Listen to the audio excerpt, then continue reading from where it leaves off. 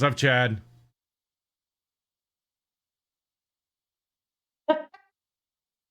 Hello, Chad. Yo. All right. Okay, Mrs., you can go. We can hear you. Okay, I'm gone. All righty. And then you can do your video. Trying to figure out how to do that. If you haven't used, oh, that's the wrong image. There you are. All right, now I gotta switch things around. It's all good though. It's solid. Dude, I had no idea the time zone difference. I didn't even think about it. I just assumed. Yeah, I assumed Eastern because, you know. Yeah. I was Eastern up until a little while ago when I went back home, and then now over to Louisiana. What, have you even been home yet? Yeah, I've been home like 15 days this year. Wow. Well, you look fabulous. All right, everybody. This is Chad Hoover. How you doing, sir? This is Buzzard. I'm OEF5. Let me turn your logo on. Just so you know, I snatched an image off the website somewhere. Sounds good. Go ahead and introduce yourself. Welcome to Twitch. Thanks, man. Well, I am Chad Hoover. I'm the founder of KBF, former president, but I resigned last year so that my wife could do a better job of that than I ever did. And by the way, happy anniversary, Christy. Today is our anniversary. And yes, I am that dude that got married on April Fool's Day. So she didn't know, nor did any of her friends, nor did any of my friends truly know up until the actual performance of the nuptials, whether or not we were even actually getting married. And a lot of my friends thought, since a buddy of mine married me, that we really weren't married and that we're going to pull a big April Fool's even after the fact. So that's awesome. Happy anniversary, baby. 5 years later, we're still going strong. Feels like it's been forever. But yeah, I hit the lottery. So I am here in, not only have I only been home a few days, I'm not even home on my anniversary. Instead, I'm over here with a bunch of knuckleheads in Louisiana, Texas border, and we're having a trail series event tomorrow, a trail series event Sunday, and a pro series event both days. Went out today, absolutely smashed them. Had a shot at a monster bass. My good buddy Jeremy Baker actually caught a 10-4 today, and we got the whole thing on video. And it's a unique story, but I'll go ahead and let the cat out of the bag. He caught a 10-pound bass in the middle of the day on a topwater lure, clear skies, bright sun, 65-degree water temp. It destroyed a walk the dog style bait. When he got it to the boat, it had a chatterbait hung in the corner of its mouth that was pretty much gangrene around the corner. So we got the chatterbait out, kind of cleaned that spot up a little bit, pushed out some of the nastiness and released that fish. It swam away healthy and strong, minus the chatterbait. And Jeremy is going to fish with that chatterbait in tomorrow's event as a good luck. Awesome. Oh man. Well, happy anniversary, sir. Yes, happy anniversary. Thank you, man. I appreciate that. I know you're super busy. I just appreciate you being here. I know one of the big things that we wanted to talk about was Catch22. And if you want to just start off on that, I know I've got some questions already from people about Catch22. I've been promoting the crap out of it. I know that there's other people here on Twitch that actually submitted fish today. Our Go League, our Twitch tournament just started today for the Southern Division, for a month-long warm-up series. So there's guys already got fish on the board. So, and they dual submitted. So go ahead and talk about Catch22. I'll have to back up a little bit to explain what Catch22 is. Catch22 is a series under the FishOps brand. The FishOps is a brand that we launched at the first of the year. That was a culmination of about 2 years soft research and, consideration, and about 9 months to a year of hard consideration for launching a not-for-profit component of KBF. What we ultimately figured out is that when you run a not-for-profit, it costs money. You've got staff members, you got overhead, you got compliance, you got legal, you got all these other things. Well, I already had a lot of that with KBF, with the KBF staff, and a lot of the infrastructure that we had. And we're a company that runs tournaments. We wanted to use the tournaments as a mechanism for raising awareness, first and foremost, because nothing gets rednecks' attention more than a picture of a big old bass, except a bunch of pictures of big old bass. Simple, right? So when I pitched it to the lawyers and the people that I was working with, that I wanted it to be a not-for-profit, the FishOps Foundation, and that it would be separate from KBF, they said, all right, here's what you're going to run into. If you mix any money, you're going to have a problem. If you mix any staff members, AKA time, with resources, and there's even the impropriety of utilizing the not-for-profit to benefit the for-profit company, you're going to get yourself in hot water. In addition to that, you said you wanted to do this, this, and this. OPS stands for Operation Prevent Suicide, Operation Provide Scholarships, and Operation Provide Support. My lawyers said, well, I don't have lawyers per se, but the lawyers that I consulted said, yeah, that's not a charitable mission. That's 3 charitable missions. I know in your brain, they all tie together because you believe that it's one purpose, a servant heart, all this other stuff. But really, in the eyes of the government and regulations and legalese and all that, that's 3 different missions. So it'd be hard to have a foundation or not-for-profit that does those. So kind of dejected, kind of flustered, kind of like, man, I wasted all this time. I don't want to do 3 foundations. I don't want to do 3 not-for-profits. So I'm having a conversation with the lawyer about how dejected I am.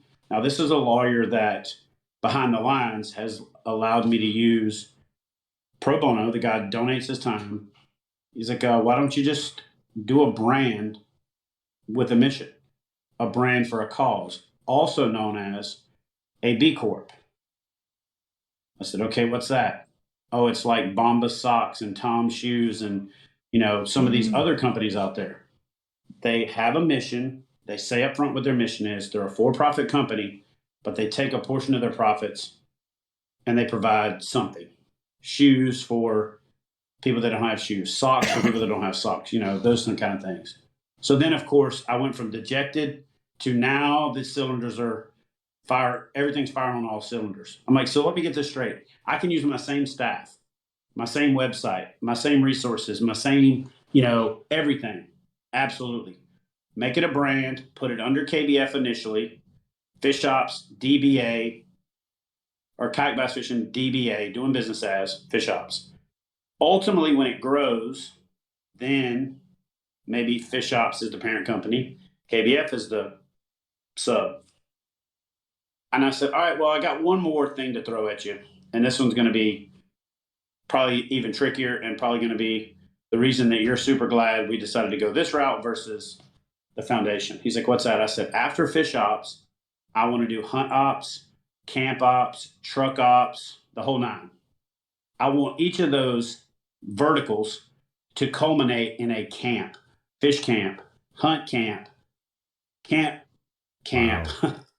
truck camp, and what I plan to do is use the same format, the same template, take the lessons learned from FishOps and find the influencer that's like my equivalent in those other sports and have them be the face of hunt ops, them be the face of truck ops, them be the face of camp ops, which ironically enough are all things I'm super interested in. I camp, I truck, I off-road, I overland, I fish. So it actually allows me to tie all my passions together, but I can't carry the load for all of that. And plus, I want to tap into the additional companies that we could work with to help raise the bar. I want to tap into the following of those other influencers and things like that. And so then that led to, well, in that case, you probably need an umbrella. And that umbrella will be what all of those companies fall under. And maybe KBF is under them, maybe it's separate down the road. So what's your goal, Chad? I was like, my mission is to get people in the outdoors. If you get outside, you get out of your head. If you get outside, you get out of the dark. If you get outside, you get out of the box. We had a thing in mission planning, in rules of engagement, I don't know how closed loop this audience is. I'm not a Twitch guy yet, but there's a thing called a kill box. Okay. In every mission, when you brief it, like, this is the most dangerous part of the mission. It's the kill box. It's either where you're going to kill them or you're going to get killed. Like, that's kind of part of the brief. The problem with after you don't have a mission anymore is wherever you spend the most time alone becomes the kill box. If that's your bedroom, if that's your garage, if that's your man cave, if that's your whatever, that becomes the kill box. Because you ultimately isolate yourself, you get in your own head, you get in social media, you go down all these rabbit holes, and it turns into little chicken the sky's falling. And I've seen a lot of dudes succumb to that. Yeah. So I want to get people out of the kill box. I want to get rid of the kill box.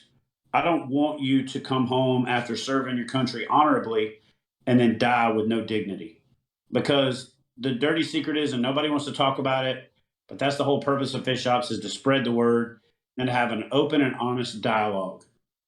When you die from suicide, you die a coward, at least in the minds of the people closest to you.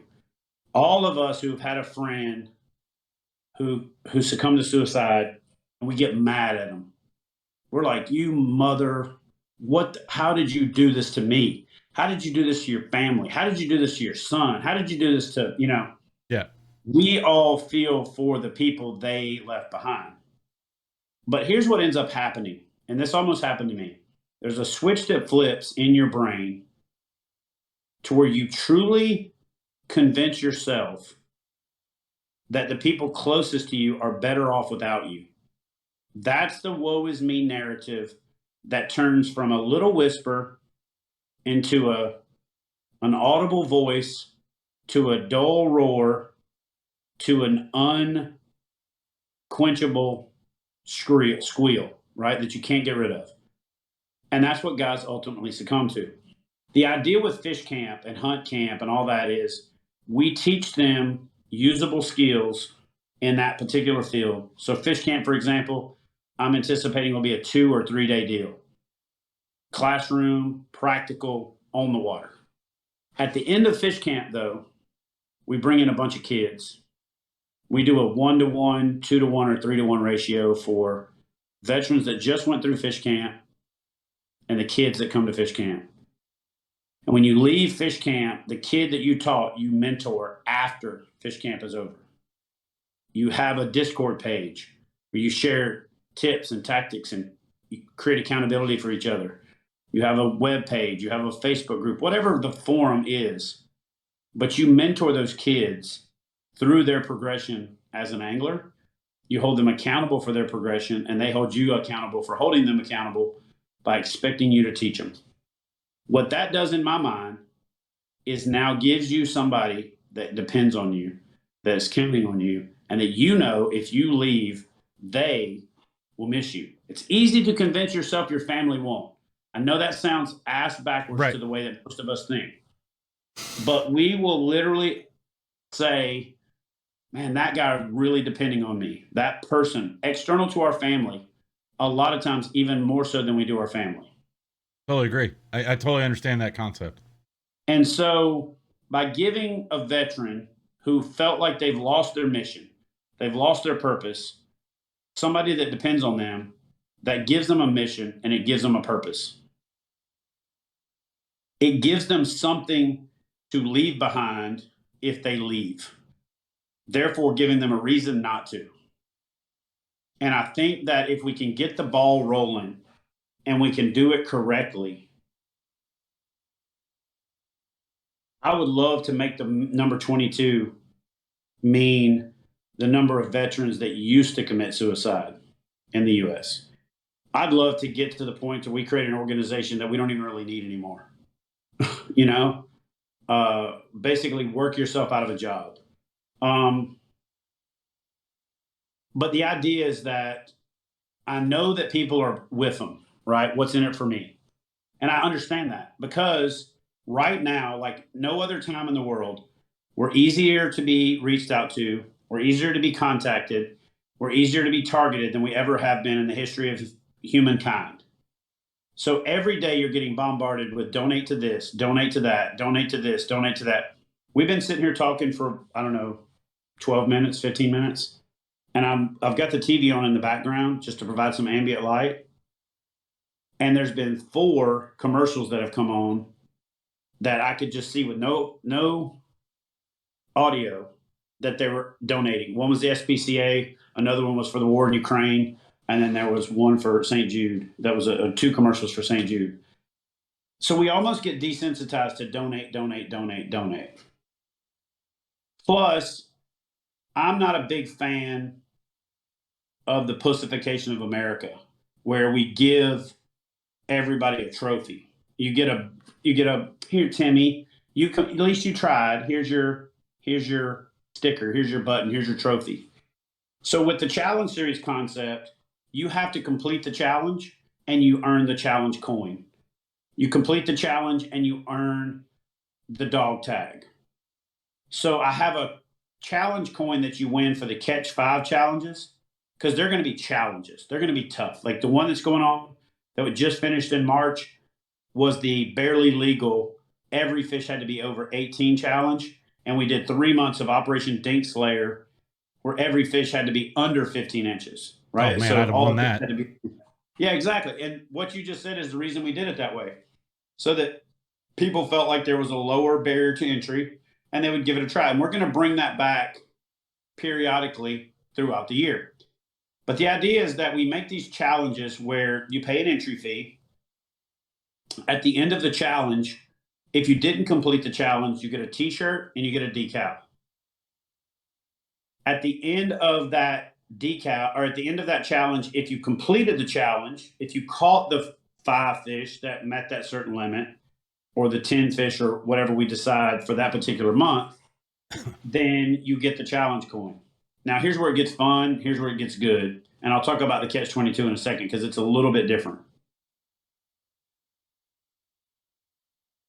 When you win, or when you complete the challenge and you get that challenge coin, the way that you win is by posting up our message with that challenge coin, something about the challenge you just completed, what the next one is, and tag the company that month that's the sponsor. Then that sponsor's prizes are given away by a random drawing of everybody that completed the challenge. If you complete the challenge, you get the challenge coin.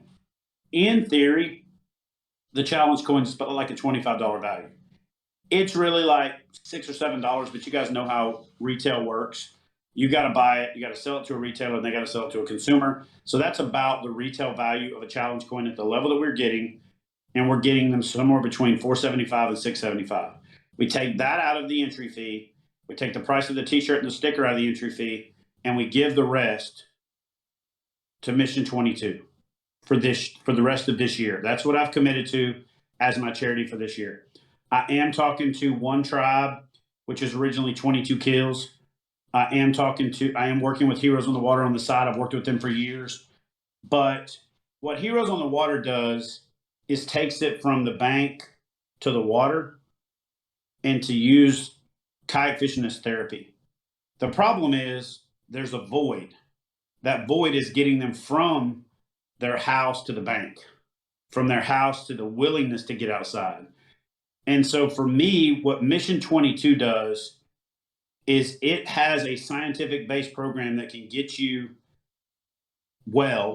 better in your kill box, sitting in your living room, sitting on your couch, sitting in your garage, sitting in your podcast studio.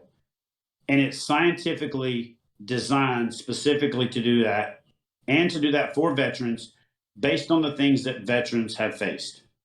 The first time I ever went to counseling, I can remember looking at the counselor pretty much disgusted that I had to be sitting there explaining to some tailored pants, pleated shirt, some bitch who didn't know a damn thing about what I had been through, and expecting him to be able to do anything for me. Now, I will say I've learned that I thought I wanted to go to military doctors to get military help. And what I've learned is that the military doctors, for the most part, are right shift registers. They shift you on down the line. They check a box and move you on. The VA sucks. The VA is undermanned. The people at the VA don't suck. The VA itself does. You know, it's just like if you go to a restaurant right now and your service sucks because there's only 4 people working. That server doesn't suck. The lazy person that's at home laying on their ass while that person's there working is the one that sucks, but you're blaming it on the person that's there. So it's not the people at the VA. To work at the VA, for the most part, you got to have a servant heart. You got to want to help people. You got to have a different mindset because you get paid less to do more work with less resources and to always get blamed. So the system is set up for failure. Right. It's not designed to do anything other than pass through people, to create a facade that we take care of our veterans. And I don't know that that's ever going to change. So if you've ever been on a mission where you had, I don't know, let's call it inferior body armor, what do? You all get together and figure out a way to find better body armor. If you got a situation where you've got inferior sidearms and the government's bought this one sidearm on the lowest contract that they could find to the lowest bidder or to somebody who's somebody's friend, you all get together and you decide to buy the better stuff for yourself because your life depends on it. That's the stuff we did in the military on active duty. Why in the absolute hell do we stop doing that when we get out? We're still brothers and sisters in arms. Yep. So to me, and I'm just as guilty. I've been retired 9 years. I've really done nothing other than lend my voice to a few things here and there. But I also realized that when people post on social media about doing something, that's not really doing anything. Yeah, it's a little bit. It shares the word, shares the message. If you and I have this conversation for 2 hours and then we don't get off our ass and actually go do something, we didn't do anything. So I've learned to go back to the way I used to lead when I was a leader, which is to lead by example, to be out. If Teddy Roosevelt said charge and pointed up San Juan Hill, none of us would know who he is. He wouldn't have an aircraft carrier named after him. He wouldn't have things all over the country named after him. You know what I mean? Right. We wouldn't know who the Rough Riders are. But because he said charge and he was the first one up the hill, people followed it. Right. Into circumstances that most people wouldn't follow people into, right? It's like a firefighter's running into a burning building when everybody else is running out. So when I came up with this idea, I prayed about it. I had anxiety about it. I was scared of failure. I was scared of saying, what if I say I'm going to do this and I don't? Is that worse for the cause than it is to not do it? And you know, when I was going through that reconciliation, and I know this is going to sound morbid as hell, so I'm going to preface this by saying it. Kobe Bryant died at the exact right time for it to help me. And I'm gonna explain that for the people out there that are saying, what the hell did he just say? When Kobe died, he became the focus of every news, every broadcast, every pundit, every talk show, every podcast, every leadership forum. And I started seeing all these videos of testimonials about Kobe Bryant, about how he was the first one at the gym, the last one to leave, the hardest worker, the things that he believed in, how he led the teams and all that other stuff. And I went, yeah, that's a legacy. He's gone. We're not talking about how many points he scored. We're not talking about how many MVPs he won or championships. People were literally talking about what he did as a leader. They talked about the rape allegations. They talked about those other things, and they measured those up against the good that he did. And I was very sucked in to that narrative. But I remember watching that, and the thing that just kept going through my head was, this guy was on the way to practice with his daughter. Do you know how many people that rich or that successful have a car service take their kids to practice, pick them up? How many have hire a trainer? Oh, he was there. He was intentionally in that experience. And I just started doing a harder look at how I lead now, how I hold myself accountable, the things that I've let myself go on, my weight, my appearance, my language, the way I conduct myself professionally in meetings and public, that kind of thing. And I started to say, yeah, this ain't good enough. And then I get to hear and say, nope, that's not good enough. And then I get to hear and say, nope, that's not good enough. And then I get to hear and I say, nope, that, and so it was around that time that I was trying to convince myself that I shouldn't do it. I don't think I can do it. I don't think what if I don't do it, right? And I watched the Kobe Bryant interview. He's now famous for this quote. And they said, there's 3 seconds on the clock. You've got the ball. Do you pass or do you take the shot? He said, I take the shot. He didn't hesitate. He didn't think about it. He didn't look up in his head and go, well, it depends. Is it insert name here that's open? Is it insert name here that's open? He said, I take the shot. And they said, oh, yeah, why is that? He said, because you miss 100% of the shots you don't take. And my face was flush. Like I was about to cry. Yeah, you just gave me goosebumps. Yeah. And I was like, yeah, man. And then I started, and it has not been easy. Every state has been cold front, torrential downpour, wind. It's been insane. And I'm in Florida. And my confidence is starting to wane. I'm in the best state in the country to catch big fish, and I'm not catching big fish at all. Catching decent fish. I'm catching fish here and there. I'm struggling to get my 22 fish because I didn't fish through the tournament because I didn't want to interfere with the anglers. And then when they left, cold front rolls in. I'm now on the struggle bus. And I remember I just stopped. I got quiet. I got centered. And I was like talking to God. And I said, bro, that's how me and God talked. I said, bro, I might have bit off more than I could chew. I don't know what's going on. But I really need to know, if I should be doing this. And now let me back up a little bit and tell you where I was at in my headspace.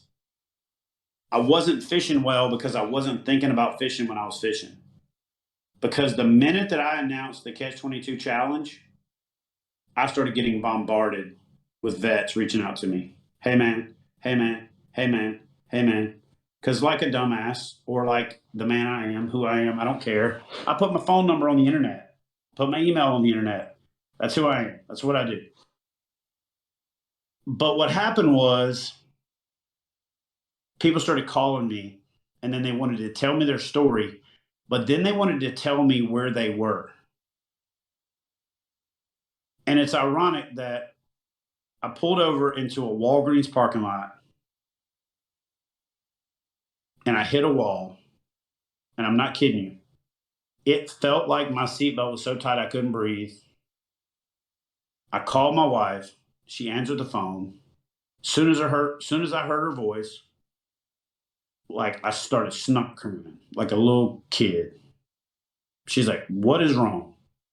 I said, I got all these people calling me. They're telling me what's wrong. They're telling me that they're about to give up, or they've already given up, or they wish that I had done something like this sooner, and I'm overwhelmed.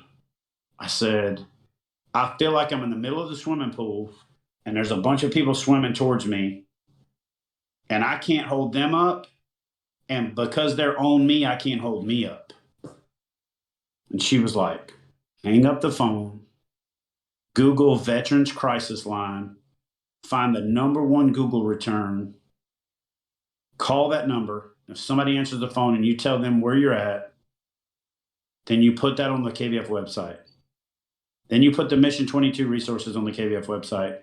Then you put Heroes on the Water on the KBF website. And you make one of your fancy URLs, kayakbassfishing.com / whatever word you want to use. And when they call you, you say, listen, Timmy, I love you, brother. I wish I could help you, but I'm not qualified to help you in a crisis. I can help you after you're past the crisis part, but I do know somebody that can. So I'm going to give you a link, and I want you to call this number. I'm going to give you the number if you don't want to go to the link, and I want you to call this number.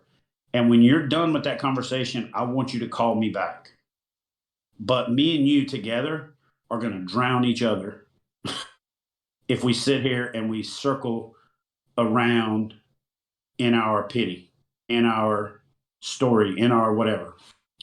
So I created that page, and the next day I got 5 phone calls. And I handled it just how she said. Hey, bro, I appreciate you calling. Unfortunately, I am so overwhelmed today because I was on the phone all day yesterday when I first did the video that I got so far behind that now I'm stressed out about that and about trying to help you guys, and I'm not qualified to do that. So I got a number for you to call or a website link, whichever one you want, or I will text you both. But I want you to do this. I want you to make me your accountability buddy.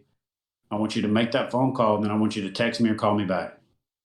If you do that, you've got 100% access to me whenever you want to from here on out. But I can't help you because I can't help me while I'm helping you. And it's just like on the airplane when the oxygen mask falls down, you got to put it on yourself first.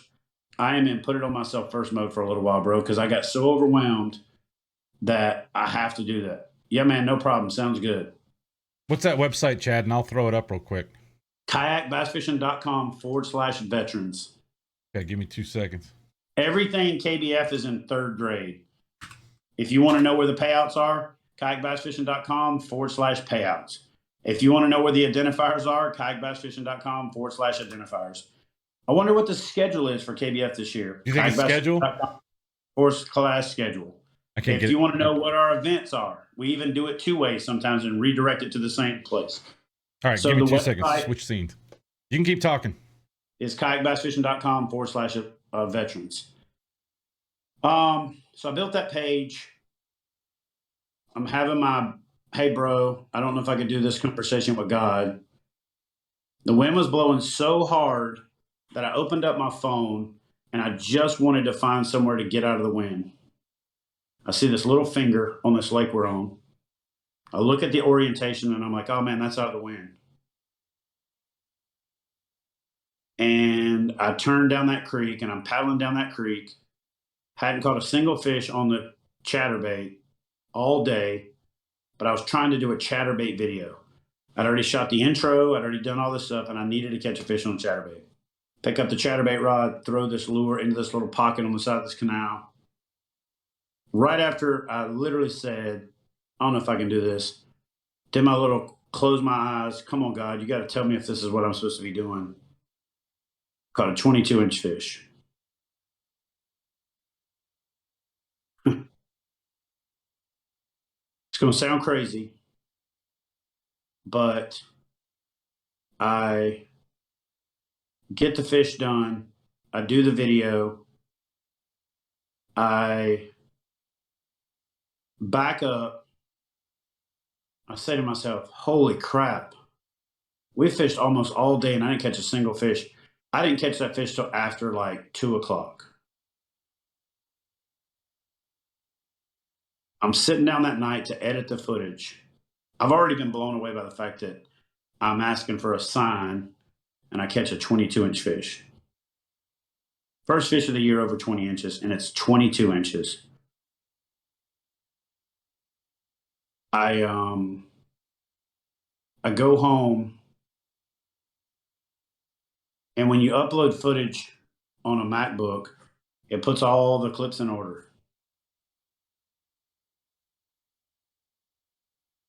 I'm a hard-headed son of a bitch sometimes. So I kind of got to be hit over the head with a hammer.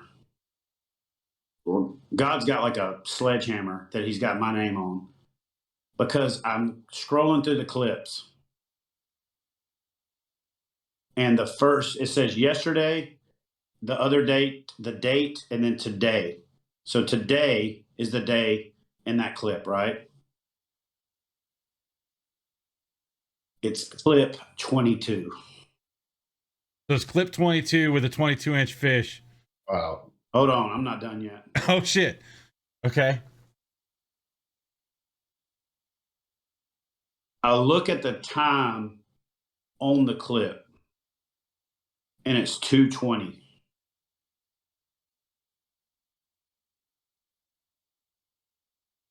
The next day, gas prices start going up through the roof.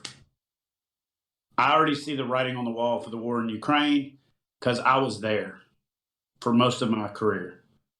I was in that area. I spent a lot of time in Stuttgart doing stuff in that part of the world, and I dealt a lot with that Eastern Bloc, that Russian, Ukraine, Georgia, Poland, all that. Like, I was very immersed in that. So I knew the dynamic. I know the backstory. My good buddy Luther from Yak Attack married a Ukrainian girl just a couple months ago. I called him and said, look, dude, you need to do whatever you got to do to get her out of Ukraine. I promise you, they're going to war. This is 3 months before. So as that stuff starts to kind of look like it's all inevitable, gas prices are going through the roof. I could pretty much predict that this is going to go even higher. I called Christy and was like, hey, do you think I should really be doing this? Like, it's going to cost a shit ton of money to do this with these gas prices. And when gas goes up, everything else goes up with it. Everything that gets delivered has to cost more. Everything that gets made out of petroleum costs more, whatever. And she's like, listen, you hard-headed SOB, you're not quitting. So if you're calling me to get me to let you off the hook, you're wasting your time. I don't care how much time we lose. I don't care how much time you spend. I don't care how hard it is. I don't care how cold it is, how raining it is, how windy it is. You're the hardest working person I know. Get to work. You got a good wife, dude. I was like, now, I'll say this. We're now in March. I have completed Florida. I've got 17 fish in South Carolina. I've got 19 fish in Texas. I completed Oklahoma. I got 22 fish in Oklahoma. Tomorrow I go back and finish Texas. I'm going to work on Louisiana Sunday and Monday. I'm going to hit Mississippi on my way home to Tennessee. I'm going to go to Tennessee, basically spend 1, maybe 2 nights in my own bed, repack, head to Virginia. I'm going to knock out Virginia, Maryland, Delaware, possibly West Virginia, unless I hit it on the way back. Then I got to be in Kentucky. I'm missing Mother's Day. She's already said, you're not coming home for Mother's Day. Just so you know, so you don't even have to worry about it, I'm going to go on vacation with Lynette, who's our customer service manager. We're doing something together for Mother's Day that don't have anything to do with y'all. I said, sounds good. But I know she did that just so she was basically saying, don't worry about our anniversary. Don't worry about Mother's Day. Don't worry about Father's Day, because Father's Day is always like we do what they want us to do and call it our day. But same thing with Mother's Day. A lot of times the mother's roped into doing stuff she doesn't want to do. So she's like, you're doing this.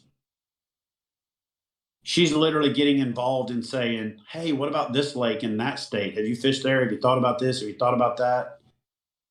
And it's just been kind of like one of those weird deals of getting your mojo back, getting your mind right, getting your confidence going. Confidence begets confidence. And it's infectious. It's contagious. And so I know I went around my elbow to get to my back pocket, but I wanted to tell the backstory to say, Now here's how you can help. If you sign up for $22 and you just catch 22 fish before December 22nd, you're going to get a challenge coin. I'm sorry. Let me back up. We're not doing challenge coins for the Catch-22, and I'm going to tell you why. I showed up to an event with a Mission 22 person, and she gave me a set of Mission 22 dog tags. And the light bulb went off. I was like, there's probably not a shape or a pattern of a particular thing that's symbolic, save the cross, that is more identifiable with one thing than the shape of a dog tag. The shape of a dog tag is a military thing. People look at a dog tag and say, that's a dog tag. You know why you wear a dog tag? So they can identify you after you're passed. So to me, the best way to represent that we're trying to honor those that have gone on and simultaneously keep more from going is to use something that is symbolic of what you're really doing if you commit suicide. You're leaving somebody behind that is only going to have a dog tag to remember you by. And so that dog tag is such a powerful thing to me that we're doing a dog tag for everybody that completes the Catch-22 challenge that's got the FishOps logo on one side and the Catch-22 logo on the other side. Now, it's not a cheap 10, standard issue machine press dog tag. It's a very high quality, black anodized, laser engraved so that the logo shows through Catch-22 FishOps logo. The idea behind that is December 23rd, every dog tag that you earn is an entry into a giveaway from the prizes and products from all of our participating sponsors. And the way that I'm offering sponsorships is you can be a monthly sponsor, or you can be a grand prize sponsor, or you can be both. And so far, I'm batting 1,000 on offering that opportunity to people and them saying, let me know what you need from me. I had unbelievable meetings at Red Crest when I was there last week in Tulsa. Pretty much everybody that I met with was like, we're on board, whatever you need. That's freaking awesome. So my goal is to build what becomes the fishing industry's recognition of what's going on by creating a symbolic event and series that goes with it. The Catch-22 challenge is this year's challenge. The Catch-5 will always be there. That we do Catch-5 because that's so recognizable.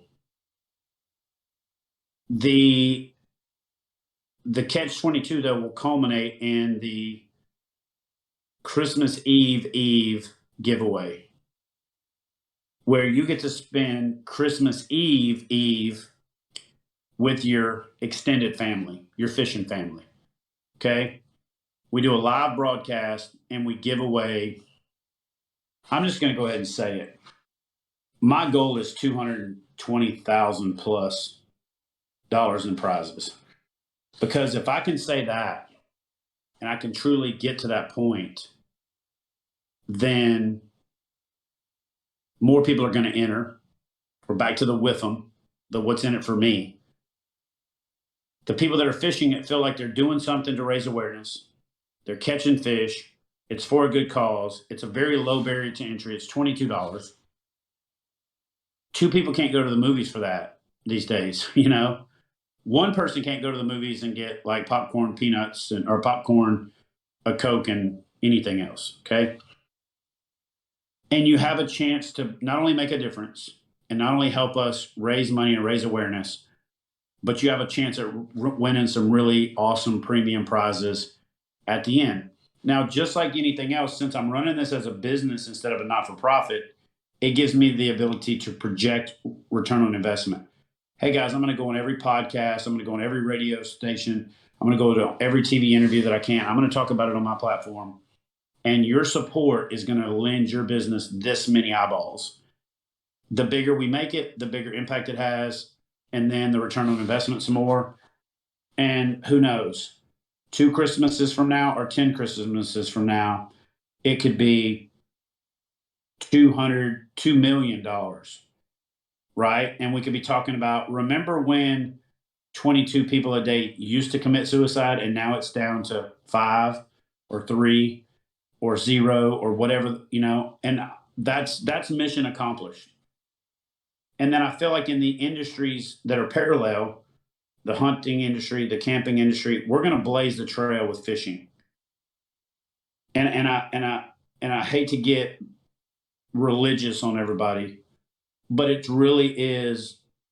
supersedes religion, that if you give a man a fish, he eats for a day. If you teach a man a fish, he eats for forever. And I think that fishing's where it starts. You know what I'm saying? Yes, sir. And so we're going to lead the way with FishOps. We're going to lead the way with the Catch22 challenge. And I can't lead the way unless I'm out there doing it. A lot of people don't know this, but my personal logo, that logo right there, it's hard to see, it's called the Spear Point logo to me. And what it is it is a equal triangle, thicker on the bottom to remind you to be grounded. It's a Hama-2 hook, which is symbolic of self-reliance and being able to take care of yourself with just what you can find in nature. That's why the bone was used as a hook. And then it's also the tip of the spear. The triangle piece is the tip of the spear. It's usually the part that breaks off first because it's the first thing to have impact. And so I came up with that logo to remind myself why I do what I do. And I came up with that logo also to be a rallying cry for other people. I've only told this story one other time on a live stream that I did back in the day when I owned Hook One, and people thought it was the Hook One logo, and then I told the story. And ironically enough, back then, with just a live stream platform called Ustream that I had to pay $99 a month for like 8 years ago, like 30 people got that tattoo within like a month. I was honored, and at the same time I was overwhelmed because I was like, holy crap. Now there's something to live up to. The other thing it is the Greek symbol for delta. And what the Greek symbol for delta is change, but not change just for the sake of change, but change for the sake of constantly improving and getting better. And I'm trying to live up to my own logo now, I guess is what I'm saying. I felt like I got off the tip of the spear because I had done my job. I had served my time in the box. That's what I said to myself for about 8 years. I'm not going to lie. Said, I've lost enough friends. I've made enough sacrifices. I slept on a bookshelf and wiped my butt with sandpaper for 20 years. It's somebody else's turn. I gave myself a out. But what I finally realized is having a mission is so ingrained in me that when I don't have a mission, I'm lost. And that's when the light bulb came on for how I felt like I can help. Because I can't give you everything you need. Can't give you a better job. I can't give you your wife back if she left you. I can't make your kids talk to you. I can't lose the weight for you if you gained a bunch of weight like I did, if you swole up like a tick, just so you didn't look military anymore. You worked out every day for 20 years, whatever. Whatever rationalization you use, I can't fix that for you. But I think I can help you find a purpose. And I think I can give you a mission. If I can give you a mission to go fishing and to take other people fishing, you got something to be here for. I went fishing this morning, and there was so much mist and fog coming off the water. I was freezing because I was wearing thin pants and a windbreaker like a dummy that didn't break any wind, and it was cold. But I remember, like, just why I do what I do. To be in the place when the world comes to life. You know, people ask me all the time, hey, what's your favorite YouTube video you've ever done? My favorite YouTube video I've ever done was an accident. I was sitting in my kayak. We had finished filming. There wasn't enough light left to film, according to my producer. We'd been filming hard on Gunnersville for a couple days. We'd caught good fish, but I wasn't really happy with the episode.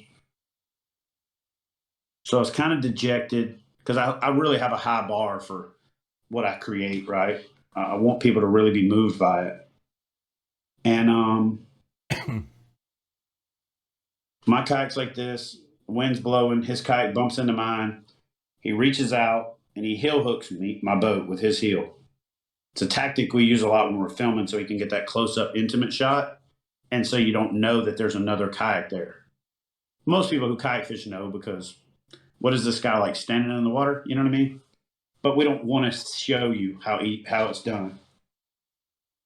But in this video, he set the camera down between his legs in the dry bag. So I'm assuming the camera's off. It's almost dark.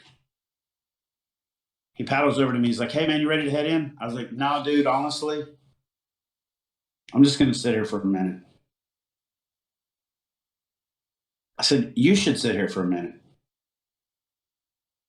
Well, this is the guy who knows me well enough to know that when I'm about to get introspective, that's how I am.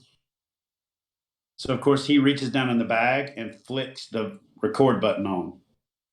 Doesn't have the camera in his hand, but he just reaches down in the bag and aims the camera up and rests it on the bag and then sits back like he's not filming. I've got a lav mic on my PFD, so the audio is being captured. And I just talked about, I said, you know, man, sometimes we get too caught up in the results.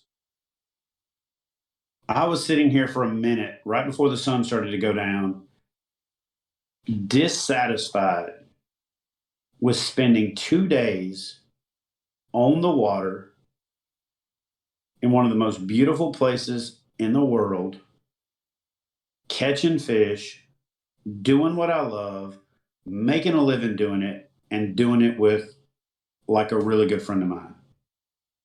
And I just kind of then basically talked about why we should be looking at things differently. Maybe we should, and I'm having this conversation because by talking to my producer like that, I'm letting him know the creative angle that I want to take for the show. Because I'm the executive producer, like I actually kind of drive the storyline. And he said, yeah, dude, that's freaking awesome, man. I love sharing these moments and trying to bring them to people who can't be here and things like that. I was like, cool. Well, let's get out of here before the mosquitoes get bad. So we paddle in. 3 days later, he sends me a text, check your email. I was like, okay. It's a link to a video. I click on the video. I start watching it. And this sumbitch took the audio of what I sit there and said and then laid in the day and the footage from those 2 days of filming throughout me talking. Because I was reflecting on that while I was talking. He just masterfully sewed it together. The video is called Being There. It's on Lake Gunnersville.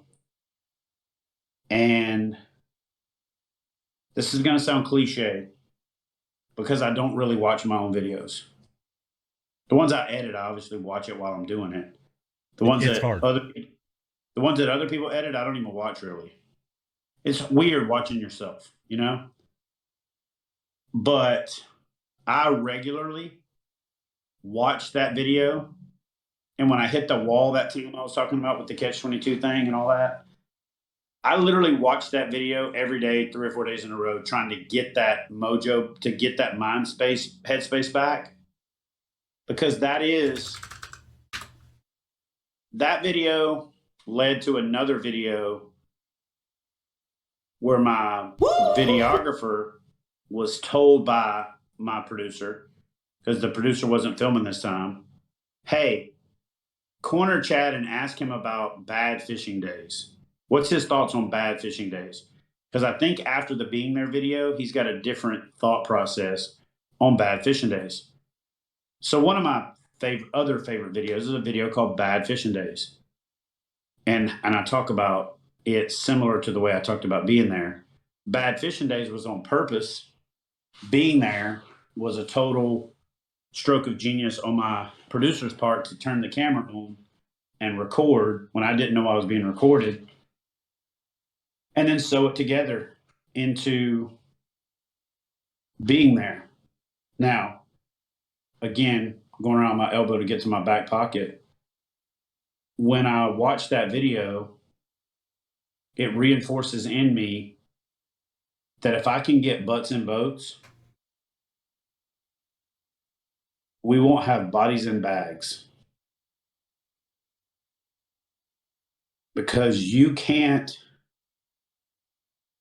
sit out there as the world's coming alive with the mist raising up off the water and wood ducks whistling away and loons calling over the water and dogs starting to bark and an old four-wheel drive backfiring in the distance, and be like in that and not want to be out there the next day. We've talked about, I've got a buddy that's in chat right now that's a fellow veteran. It's so calming to be on the water or even out in the woods hunting or just outdoors in general. It's one of the places where veterans should go to get out of that headspace that you were talking about, getting out of that kill box. I mean, and I love that analogy. I've never heard it put that way. And then, like you said, when we talked at the Boat Sport and Travel Show, I said we had lost our chapter here in Indiana of Heroes on the Water. And you looked me dead in the eye and said, sounds like somebody needs to do something about it. And I have thought about that every single day since, that I have not gotten my butt up and done anything about it yet. So it's all right. So I got a question from chat. We're going to get too damn serious around here. You've already given me goosebumps. I don't know how many times, because it hits home with me as a fellow veteran. So, and I've got vets in the channel too. So here's a question from another fellow veteran. Before we do that, let me lighten things up a little bit with a joke. You guys want to do a joke? Oh my God, go ahead. You tell a joke. I'm gonna get a cup of coffee and take a pee. You know how dad jokes are? No, it's just, you gotta listen to this. Okay. You know how dad jokes are kind of the thing right now? Yes. Like the little stupid dumb jokes. So I was out on the river in Oklahoma, and I got away from the two guys that I was fishing with, went up this little cutoff creek, found a beaver dam. I got out and I walk beaver dams with my rods and reels, and I catch fish a lot of times that get caught in the pools that they build. So I saw the water running, and I was like, oh, when I stepped on the beaver dam, it created a little bit of running water. And beavers, that's how they know to come fix the dam, is they can hear and sense the running water. And so I thought of a joke, because I used to write jokes. That's how I paid for my way through college. So here's my dad joke from day before yesterday. What does one beaver say to the other beaver when they hear running water? I don't know. What do they say? Damn it. Oh my God. Oh my God. Okay. If you were like a real, which I hope that this grows, but I'd just be like, damn it, Bobby. Damn it. That's funny, right? I don't care who you are. So, all right. So on the Catch-22, for you personally, How many states are you trying to do in total? 22 minimum. 22 minimum states. All right. And you've already got a plan of most of them. 22 fish in each of the 22 states. So 444 fish minimum. Okay. And is all of that marked on Fishing Chaos for you? Because I've scrolled through that. And so all of the ones that say Chad Hoover, those are your... I have my own leaderboards, yes. Yeah, but I mean, that's your state goals. Yeah. Okay. Yeah, and Okay. I rank in the leaderboards with everybody else too. Right. So, all right, here's another one. What lure do you not leave home without? And this is from Chad. Cinco. You won't leave home without a Cinco. Black and blue Cinco. Black and blue Cinco. There you go, Chad. See, look. And when's the best time to fish a Senko? Anytime you are on the water, near the water, around the water, can hit the water with a cast, mostly during the daytime or at night, calm days or windy days, and most of the days that end in Y. That's pretty much when you should fish this thing. That's awesome. Yeah. That's awesome. All right, so and on sunny, overcast days that are hot or cold. Yeah, so I got Fishing with Gramps here said, and he's not talking about Dinger, Ocho, General. He's talking about the Gary Yamamoto Cinco. I'm talking about the Cinco. Yeah. Often imitated. No, I know. Never duplicated. No, I just started making baits, and I have a Cinco mold. I can't duplicate a Yamamoto bait. I mean, they look the same, but they do not feel the same. They're not, it's nowhere near the same at all. But yeah, it's this. I don't know. So I know you're new at Twitch, okay, and I know you probably don't have the stream up, but people are chatting, and while you were talking the whole time, they were very quiet and just listening. And I'm like, man, chat's dead. No, my wife has been in there. Are you guys still here? No, we're just listening because you were that engaging. That whole thing was just the explanation of how you got to the Mission 22 FishOps Catch22 was amazing, dude. I mean, when we talked about it a little bit before, I didn't realize, I just read what was on the website. I didn't know all of that. So now I'm going to push it even more.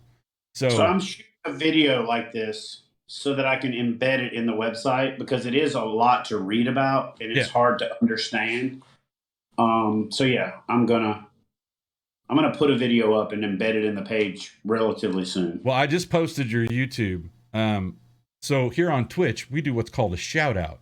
So if you get somebody that you know that streams, and you're the streamer, you say, hey, mod. So we have moderators in the channel. Hey, can I get a shout out for Chad Hoover? And then they will post your link. Can I get a shout out for Chad Hoover? And I'm waiting for them to put it in the thing. So you created your Twitch channel after we talked here in Indy. And literally, I think my wife and I were your first followers. I think you have, what's he at now, Kat, for followers? You were about 20. And to be a Twitch affiliate where you can get paid, you got to have a minimum of 50 followers and then stream 7 days. And then boom, you can start monetizing your channel on Twitch. So we've got you halfway to your follower goal. So all it'll take is for you to just go live once because you have the presence.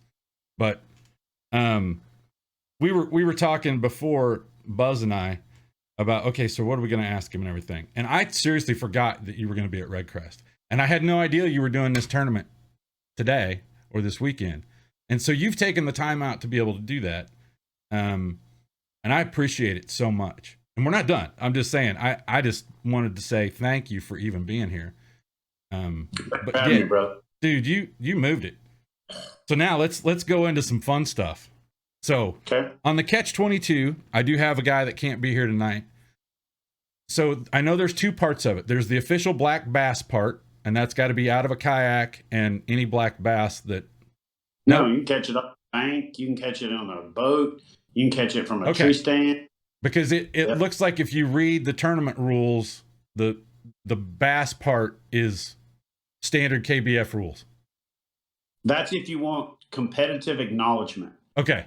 If you just want to compete, if you just want to catch 22 fish, You can take a picture of them like this, like a selfie if you want to.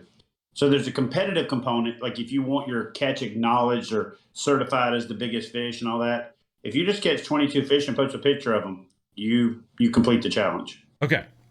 And it doesn't matter what species, because there are the two. You can do the black bass There's and two different ones. You can do black bass, which means they have to be all the black bass species or subspecies.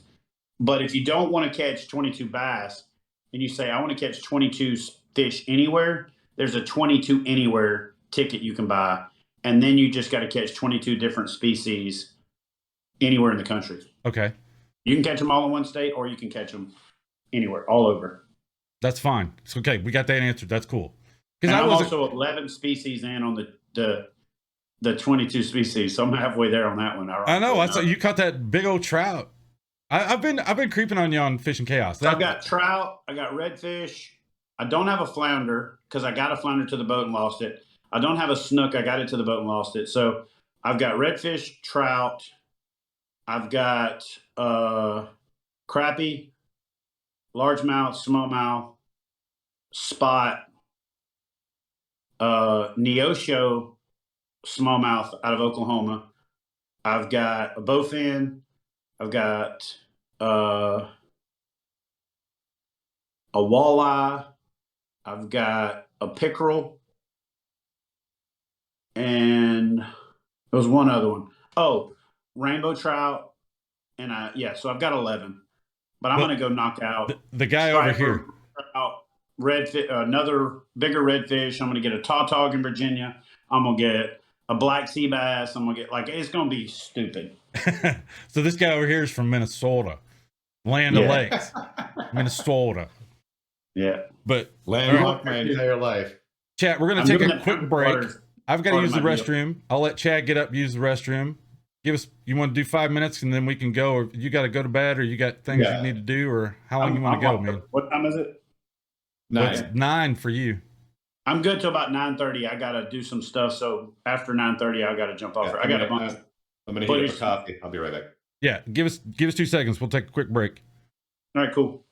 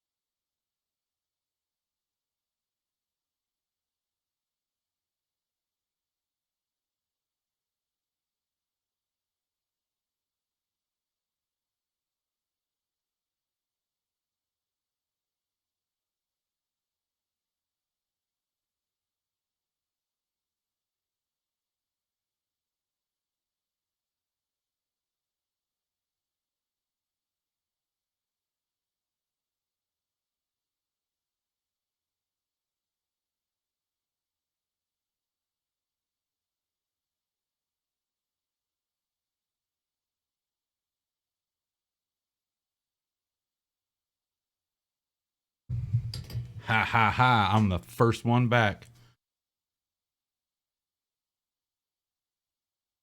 I'm just getting some footage downloading while we chat, so give me a second. You're good, bro. You're good. Hey, seriously, thanks. Let's do a question and answer when I come back. So if you want to start talking about that, like right now, to tell people to post up some questions, I'm all about it. Yeah, they can hear you. They're good. Okay. Cool. They're good. Buzz isn't back yet. I was going to let him ask you some questions. Post them if you got them. Post them if you got them.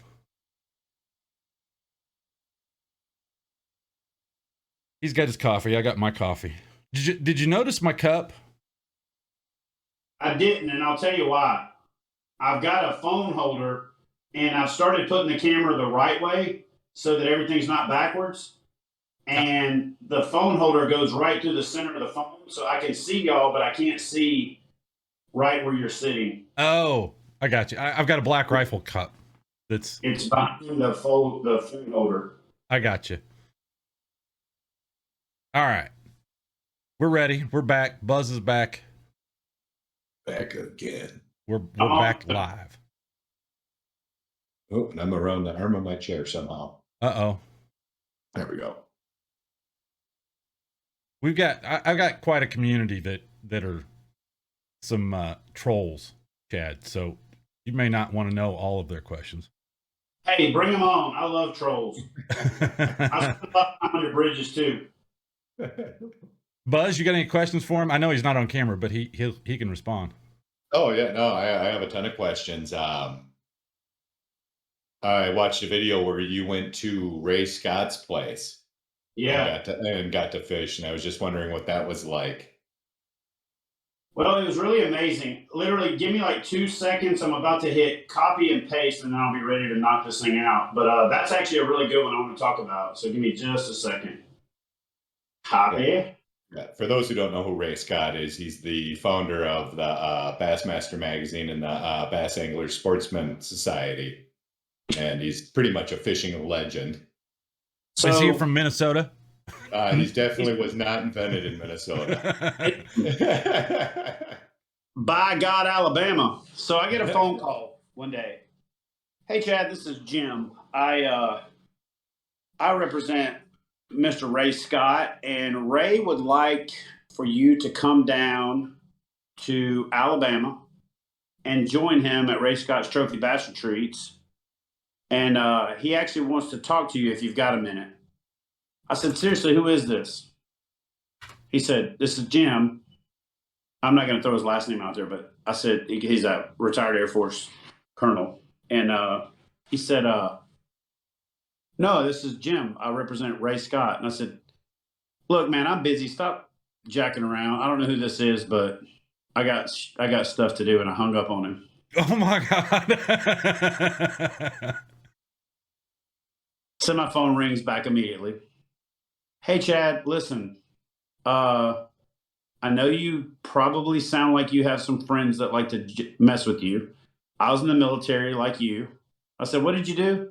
He said, I was in the Air Force. I said, wait, I thought you said you were in the military. Well, yeah. I thought you were in the military, but you're Navy, so it's okay. So he says, I got Ray right here. He's ready to chat. Let me put him on the phone for you. And Ray Scott has a very distinguished voice. Unmistakable. There's no pulling it off. There's no BS in it. Hey, Chad, Ray Scott, listen, I would love to have you down to our place in Pentlalla, Hope Hole, Alabama, down here at Whitetail Institutes and, the Trophy Bass place. Because I got some questions for you, but rather than try to talk about them over the phone, I figured it'd be nice if you could just come down. You're more than welcome to fish, have a good time. My son is a chef here at the property. He's fantastic, and just come down and be my guest for 2 days. I said, okay. When do you want me to come? He said, whatever's most convenient for you. But I will say that it's pre-spawn right now, and it's one of the better times to come. And, you know, so if you would let me know when you'll be available, I could accommodate you. I said, well, Mr. Scott, with all due respect, like, you tell me when you want me to be there and I'll be there. Well, I don't want to step on any plans you have. I said, listen, whatever plans I have,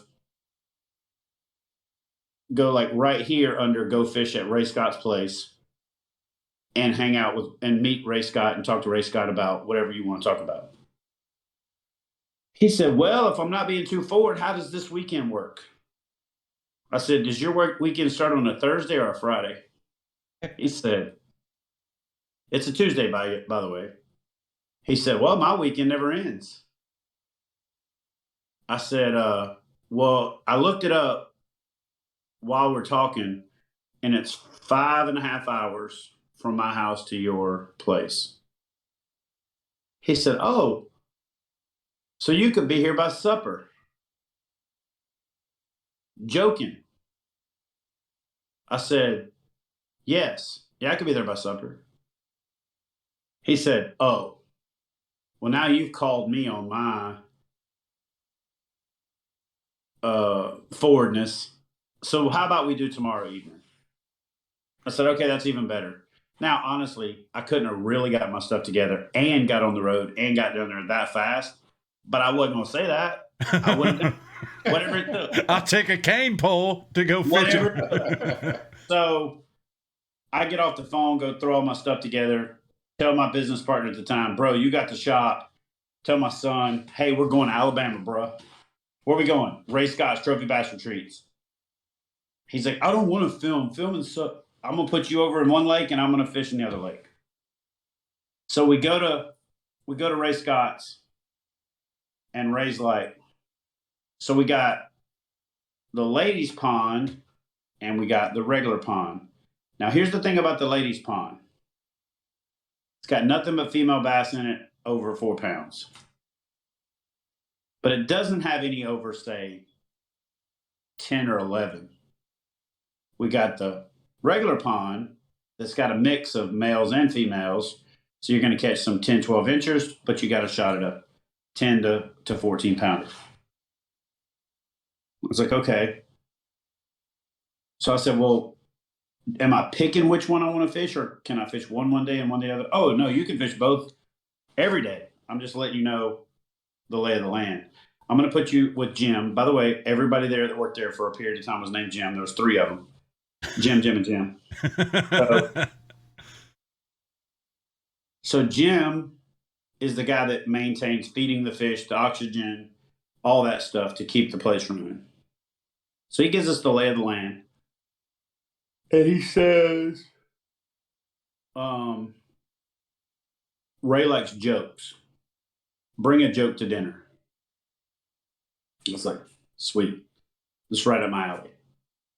So you come into dinner. Everybody stands on both sides of the table. Ray comes in, goes ahead of the table. Everybody sits down. He takes his cowboy hat off, puts it on the thing, and he sits down. It's like very formal. They tell you what time you're going to be at dinner. Hey, you'll join Mr. Scott at dinner at 6. And you're thinking, dude, it's dark at 7:30. What the hell am I doing getting off the water at 6? That don't make no sense, but it's part of the deal. So you're off the water at 5, take a shower, get ready, and you're at dinner at 6. So Ray says, anybody got jokes? So there's another set of people there that are guests, and then they booked out the space for us to fill up the place. And it was me and my camera guy flew down, and it was pretty awesome. He says, to the Canadian guy, you have a joke? And he said, yeah, I forget what it was, but it was like straight up Canadian, stupid, cheeky, whatever. And Ray said, all right, Chad, I think we saved the best for last, because I know from watching some of your videos that you've definitely got a sense of humor. So you got a joke for us? I said, well, I've got a lot of jokes, but I felt like I should do something that's more specific to the property. So if you would excuse me just to run out to my tackle box real quick, I've got a new lure and joke built into one that will be the Ray Scott Trophy Bass Retreats, like exclusive best lure ever made. He said, "You're excused. I can't wait to see it." So I run out to the truck. I grab my tackle box. I come back in and I took this one tackle box and dumped everything out of it. I had an old credit card in my pocket that had expired, but back then I had a wallet that I never threw everything out of. So I took split ring pliers and I took the split ring off of a square bill and I punched a hole in one corner of the credit card and I punched a hole in the other corner of the credit card and I put the split ring in there. I put the split ring on the other end and put a treble hook on it. I walked in there and I said, "This is the all new Ray Scott's Trophy Bass Retreats Ultimate Lure." They're like, "What is that?" I said, "This is the lure that you use in the ladies only lake because there ain't a lady out there that can resist a credit card." And dude, he like chest laughed. You know what I mean? He Oh my belly goodness. laughed, chest laughed. And it became the joke that they told everybody. They kept it and they hung it in there on the mantle and they would show that to everybody that came after me. So I got invited back several times. But literally, I don't think I've told anybody what happened. So maybe this is like a Twitch exclusive. I'm pretty sure I haven't. So we do the dinner thing. Ray invites me to his office. I say Ray because I said Mr. Scott, and he said, "Call me Ray. Call me Ray." I said, "Sir, with all due respect," he said, "Listen, I don't let everybody call me Ray, but once you're peers with somebody, it's appropriate to call them by first name." I was like, "Peers? Shit." And I said, "Yeah, well, I don't see how you have come up with that, but I'm flattered. You know what I mean? I really didn't know what to say, which I know a lot of you will find hard to believe because I pretty much know what to say most of the time, or I talk enough that you think I know what I'm talking about. You know. So he says, "Well, Chad, we are both pioneers." And I said, "Okay." Now I could kind of see where he's going with it, but I didn't know where he was about to go. He said, "Here's the difference. I did what I did when no one else was doing it, but everybody wanted to.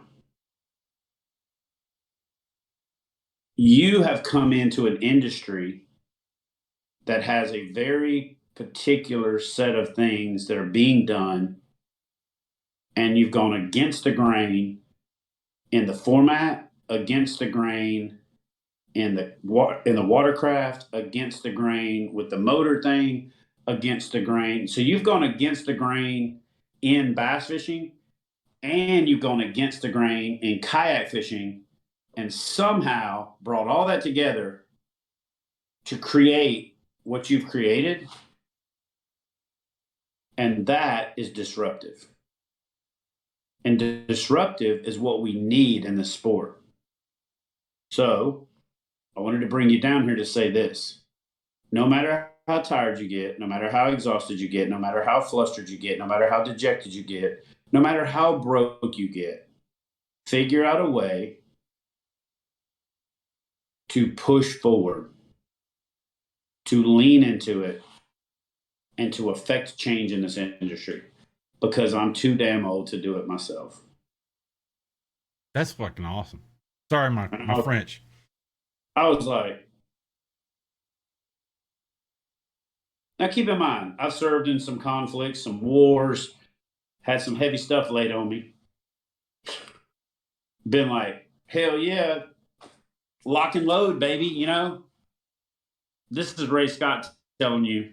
By the way, he's got like Bassmaster Classic trophies behind him. He's got like the Bass Boss book back here. He's got like all this stuff, you know. His office is like a museum. I was like, well, sir, I'll do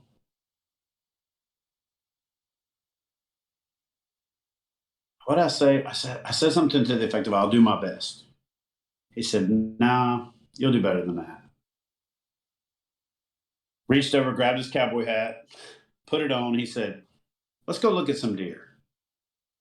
So when Ray Scott sold bass, he started Whitetail Institute. So literally where his office is, there's a fence. This side of his property is Bass Master stuff and the bass operation. That side's Whitetail Institute, where he makes the supplements and all that kind of stuff. And so we walk out and he's like, yeah, just like coming out here and looking at them. He said, by the way, good joke. I was like, well, I'll be honest. I'll be honest with you. I was kind of nervous about interviewing you tonight. And then I was telling my wife, I'm going to go, at the end of the day, he's just a dude. He's just a dude. Because you are somebody who is famous. Okay? Yeah, you are. I know. You have influenced a lot of people. You've influenced me. You've influenced a lot of people in my chat. You've influenced a lot of people who kayak fish on Twitch just because of what you have taught everyone. And you are a leader. I mean, and it shows. You know, I was a leader too in the military, but not at your level. I was just like at a squad level. So it's truly been an honor to have you on. And if you need any help with Twitch, because I know you got questions. I want to see you on Twitch, brother. I really do. I want to see your first stream. I want to be there for the first stream. You know, I mean, technically this is your first stream, technically, but yeah, it's easy once you get going. It's you know, the best advice I got was just hit that go live button and then do whatever you can after that. Just let it go. So, and I had a whole bunch more questions planned for you. We've got a couple more. Like somebody asked what you did in the Navy. They want to know what you did, if you can tell. Like first half of my career, I was SAR, swimmer, crew chief, and I did helicopter combat support and combat SAR. Age 46. What's SAR? What's SAR for people who don't know? Search and rescue. Okay. Yep. That's what we do in the Navy to y'all in the other services who get your ass in a sling and don't know how to get out. You call us. So yeah. And then I was there was a whole bunch of questions I was gonna have about YouTube and all that stuff. No, you said you had to go. 35 minutes to finish downloading. I really got the break going to get what I needed to get going. So I got on that for YouTube. I got commissioned after that. I went to Embry-Riddle Aeronautical University at night while I was on shore duty. I got my degree in 19 months. Got a commission. Went to OCS, Officer Candidate School. Became a pilot because they forced me to, because they needed pilots at the time. I was going to do it. I would have rather have been just a maintenance officer.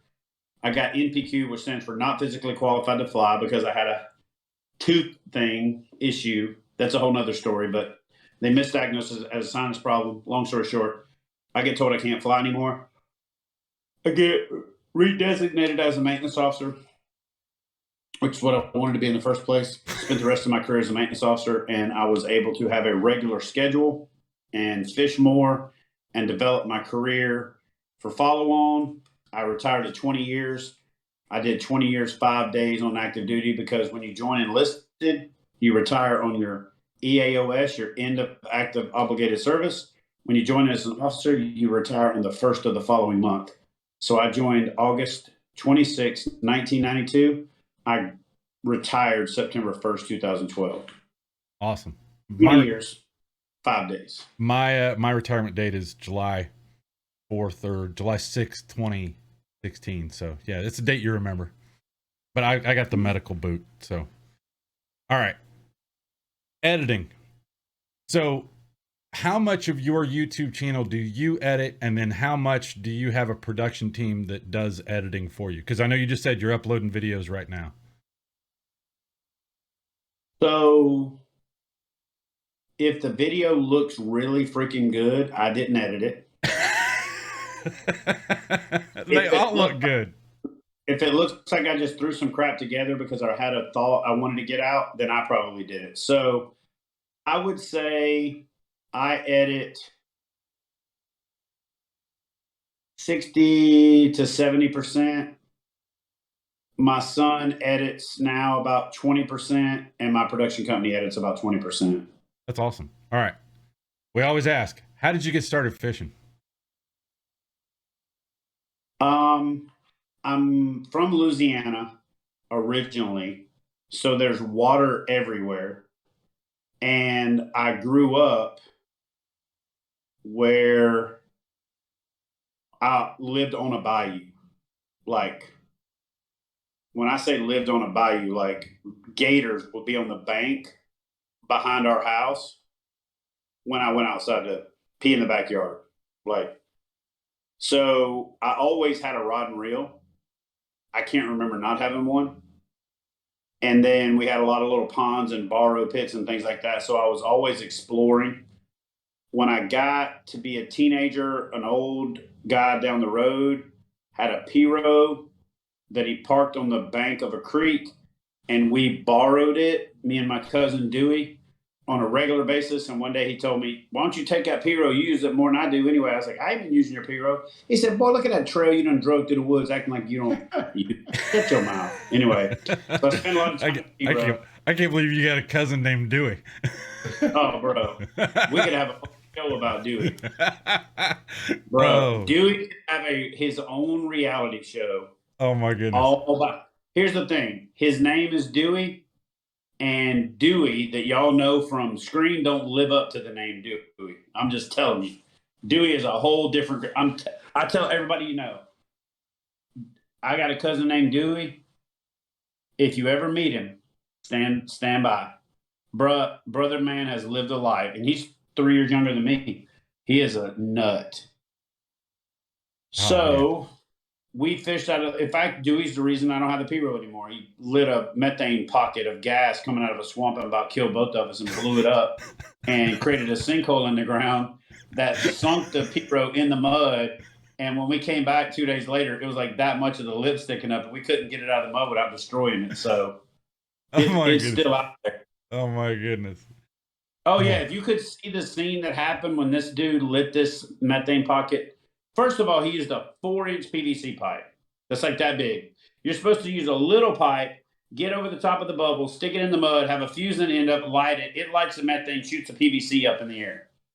This dude took a 4-inch piece of sewer pipe with an end cap on it, drilled a hole in it, siliconed a fuse in it that's, by the way, supposed to be slow burning, and says, "All right, we're going to let the gas build up in the pipe, and then we're going to light it and paddle over there behind that tree."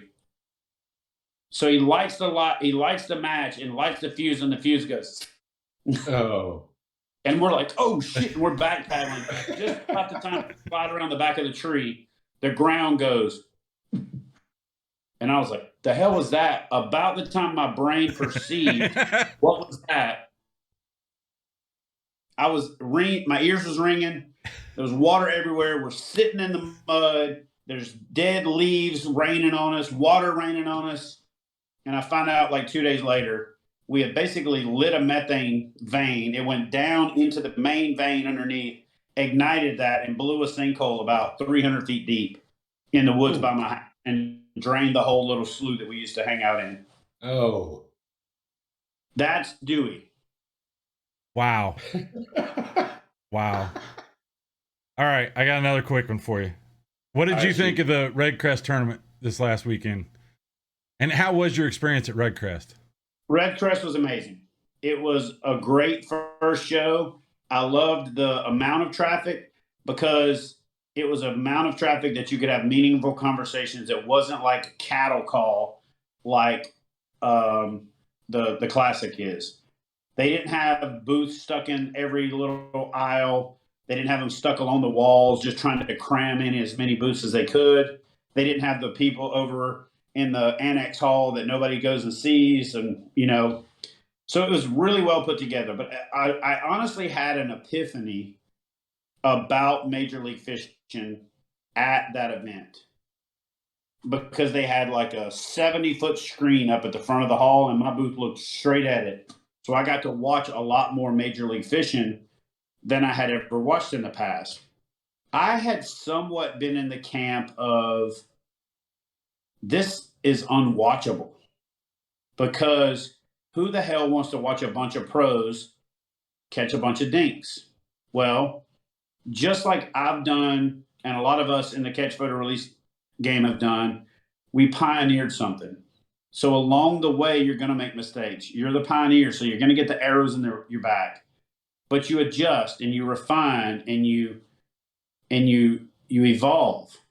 And so I didn't even know that Major League Fishing had implemented a 2-pound limit at the Red Crest Championship.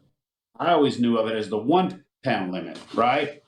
And I watched like Takahiro Omori one time catch 26 1-pounders and win over, Chris Lane and Randy Howell, who both caught like 18 pounds, but they caught 6, 3-pounders or whatever. Right. So here's what happened. About halfway through the final day, I felt myself checking that screen incessantly. The last 5 minutes. 5 hours at the end, I find myself checking it more than that. 2 more hours, 1 more hour, 30 minutes out. From 32 minutes to the end, I did not take my attention off of the screen. It was I had never seen a tournament like it. Bobby, that's just crazy. So that was thrilling, okay? But the epiphany that I had was that style of fishing is more relatable to the everyday angler than the 5-fish, big fish limit. But I also had this epiphany. Somebody walked into my booth and said, dude, that was awesome, man. All right, so I got to ask you, Chad, what do you like? They didn't say better. They said, what do you like? The Bassmaster Classic 5-fish live weigh-in or the Major League Fishing Red Crest? You know what I said? Yes. And they said, oh, no. I mean, okay, so which one do you like better? Yes, I said, I like that both exist better than that they don't. Yeah. So for years, I had actually been in the same camp of, golly, I don't know which one's better for the sport. You know what's better for the sport? That they both exist. You know what's better for the sport too? That they're competing with each other to promote fishing. That they're competing with each other to give their sponsors a better return on investment. That they're competing to engage the fans. That they're competing to relate to the fans. And that they're competing to figure out what is the user experience that best serves the fans. So the fact that both of those things are happening in both organizations means we all win. So there's things that I like about both, and I try to avoid being a victim of a recency bias in a lot of things in my life. And so since that just happened, I didn't want to make any statements about it, publicly or whatever. And even in my inner circle, people were asking me, I was like, I don't know yet. But I've thought about it. I've digested it. The smoke is settled. The smoke is cleared. It's on its way to becoming a good solid turd, right? You know what I mean? It's compacted. I've digested it. It could be that the storyline played out, and so I'm biased towards the storyline playing out because it could have just as easily been boring if somebody had a 7-pound lead for the last hour. But 2-3 leader changes with 6 minutes to go or 16 minutes to go, a fish being caught with 5 minutes to go to make a leader change, the guy's scale not working. Oh, man. When he's like, dude, come on, man. It gave me anxiety. Oh, I was too. I'm like, oh, he's got to be pissed. So to me, the purpose of content like that is to be compelling and to make you feel something. And I freaking felt something. I felt like I was on Bobby Lane's boat skipping a jig. I felt like I was on Jacob Wheeler's boat I literally felt like I could feel the air come out of his balloon when Bobby caught that fish. You know what I mean? And that to me was compelling. I actually had an hour or so conversation with Boyd Duckett the next morning in the lobby of the hotel, because I stayed at the host hotel, and had a conversation with several other pros and people in FLW. But I said, Major League Fishing, that I knew from FLW. I said, here's the deal. I really believe you guys have got a 95% solution. Here's the 5% that I would recommend. In the tournament on Saturday, let the pros come in and be at the expo on Sunday in their booths with their sponsors, interacting with their fans. Let the fans see them, let them see the fans, and then do the award ceremony 2 hours before the show shuts down. Because as much as I love what happened, I felt like it was disrespectful to the guy that had just won the biggest tournament of his life, up on that stage at like 6:15, and every vendor in the building is breaking their booth down. Were they really? Yeah, because it was Sunday. Yeah. You've been there 3 days, 4 days. You're Yep. exhausted. You got a long ways to go home. All the fans are up at the front of the building watching the weigh-in or the award ceremony. And you're not getting any more foot traffic, so you're going to start breaking your booth down. So I said, my only suggestion, and I'm not crapping on what happened because that was freaking awesome. Ended on Saturday. Shut the live off an hour before the end. Create a sizzle reel that says, tune in tomorrow for the results. Air the last hour, edited, and then do the top 10 with their footage. The way they did the award ceremony was awesome. The guys were walking out there talking about the fish they caught. And when they said, yeah, I caught a fish on the jerkbait, it cuts to him catching the fish on the jerkbait. That was freaking awesome. But if they had 18 hours to do it and make it even better, I think it would be the best fan experience in the history of fishing. So I love what they've got. I just wish they would make that one tweak to make the last day at the expo mean more, create an even more immersive experience for the fans, and then have a bigger payoff at the end. I see what you're saying. That's pretty cool. But I want to say too that I was going to say it while they're doing that. You with the kayak bass fishing have added to it as well. And I honestly think my personal opinion is that with the way we already talked about gas prices, kayak sales are going to go through the roof because not everybody can afford a $98,000 brand new bass boat and then $500 to fill it up to go run it and not catch fish. So it's most of my people in chat are kayak fishermen or enjoy watching kayak fishing, and they know who you are and they love it. And it's been the most enjoyable fishing experience I've had since I was a junior in high school or junior high. So it's just been awesome. It's been like, aside from the getting out on the water thing, you and all of these people have influenced me to get back out to fish. And I hadn't fished since in the 90s. So go ahead, Buzz. A question. Yeah. Have I been sitting here where it looks like I got a dunce cap on pretty much the whole show like this with this lampshade behind me? Yeah, but I didn't look at it that way. Only you did. I didn't notice. Because you've been such a good, you're really good in person. Like, you can tell that you're comfortable talking to people. I mean, and you have to be able to do that in any of these forms of media. If you can't talk to a camera or interact with people socially, you're not going to do very well on any of these platforms. Does that make sense? I mean, you've got a gift of gab, man. I mean, just like I do. Yeah, so, I can't believe how many people that are, really accomplished anglers, hey man, you want to be on my show? Yeah, I'd love to help, cool. Catch a fish and you point a camera at them and they're like, deer in the headlights. Oh yeah. It happens more than it doesn't, which is crazy.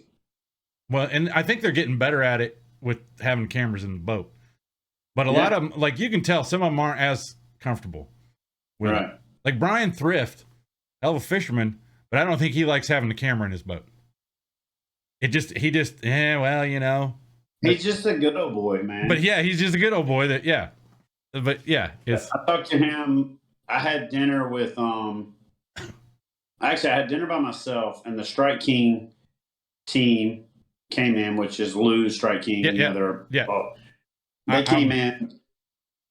They came in and sat down right next to me, and I know those guys very well. And I actually spoke to the Strike King CEO and one of their mid-level managers for about an hour and a half, because they're going to help us out with what we're doing with the high school stuff. And Mark Copley, the guy that I've known forever, said, "Hey man, let's keep merged together." I said, "That's cool, man. Just scoot the table over." So Thrift comes in and sits down and starts talking to him. And I want you to hear this out in the context of what just happened. He is still at Red Crest. There's still one more day to fish. We're at Red Crest. He walks up and he kneels down and he starts talking to the people from Strike King. He's not talking about fishing. He's not talking about pattern development. He's not talking about where he's at. He kneeled down and said, "Man, you plan on doing any turkey hunting this spring?" And the guy from Strike King said, "Yeah, man." He said, "Man, I got a couple places. I got a couple birds coming in. But, dude, I don't know, man." The guy's like, "Dude, you come over to my farm. I got you, man. It'll take us 2 hours and you'll be on them." "Dude, I think I'm going to do that, man." And then he's like, "Well, how's so-and-so doing? How's the kids doing? How's this?" "Oh, yeah, I got to get home. I got to get the yard cut. I got to do that." Like, they just talked about life stuff. You're talking about anything to do with fishing. And then he's like, "All right, man, I'm going to go down here and grab a drink real quick, say hey to so-and-so. And then I'm going to go back to the room. I got a couple more things to do, and I got to get in bed." Nothing about fishing. It was awesome. That's cool. And then go ahead. some of the other ones are just always on. Yeah. I sat next to Skeet Reese, and the dude does not stop business. He's on. He's California all the way through and through. You know, he's got slick back hair, tailored pants, weird tennis shoes, a bracelet on, legs crossed, drinking wine in Oklahoma. And it's like, okay, bro. But it just is the difference of like what makes up the sport right now. You know what I mean? Yeah. I had the opportunity a couple of weeks ago to interview Tom Brubaker from Lou's Strike King. And he worked for MLF. He was the one that developed the Champions Club box and promoted that. So that was pretty cool. But dude, just what you have done for the kayak sport. Now I know that there's now bass and Hobie and you've got some competition now too. So how's that been for you? Good. It's good. Okay. I mean, here's the thing. Neither bass nor Hobie have a path to bass or Hobie. I don't understand that. So let's just say that bass is the major leagues. And let's just say that Hobie's the major leagues. Who's the minor leagues? Oh, I see what you're saying. It's not like Tackle Warehouse or... There's no development path except for KBF and through our ambassador clubs or the clubs that sprung up because of KBF. I mean, Hobie and Bass sprung up because of KBF, you know, because of what we were and because of what we weren't. You know, admittedly, a lot of people wanted the Hobie series because of the things KBF wasn't doing. Where we were getting there, we just weren't getting there fast enough for people. So they leapfrogged. Cool. What it means is I don't have to carry the whole load. Right. Which I used to have to do and felt like I had to do everything. Oh, there's not a tournament over there. I got to do it. I'm losing money on it. I got to do it anyway because it's good for the sport, you know? I don't have to do that anymore. It's been fun. Seriously, I bought my kayak Veterans Day last year on sale. Got a great bona fide RS 117. But it really allows me to do the Mission 22 things, the Catch 5 things, the high school series, the trail and the pro series, the 10 Invitational, the championship concept it allows me to do all those things without having as much pressure that there's other opportunities out there. I'll tell you what, the last year's Invitational, or was the year before that, I watched your whole YouTube series that you had on it, and that was just good. That's just a good show too. I mean, yeah, that whole, I was explaining to Buzz what the Invitational was. That whole concept is just really cool as hell. Is it always at Kissimmee?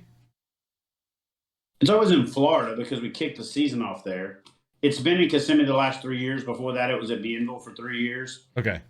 And next year, we're probably moving somewhere else. Okay. I just didn't know if it, just because of A, the fishery, B, the accommodations and stuff that you guys had or whatever. So. Mm-hmm. Yeah, for now. For now, yeah. Yeah, I know.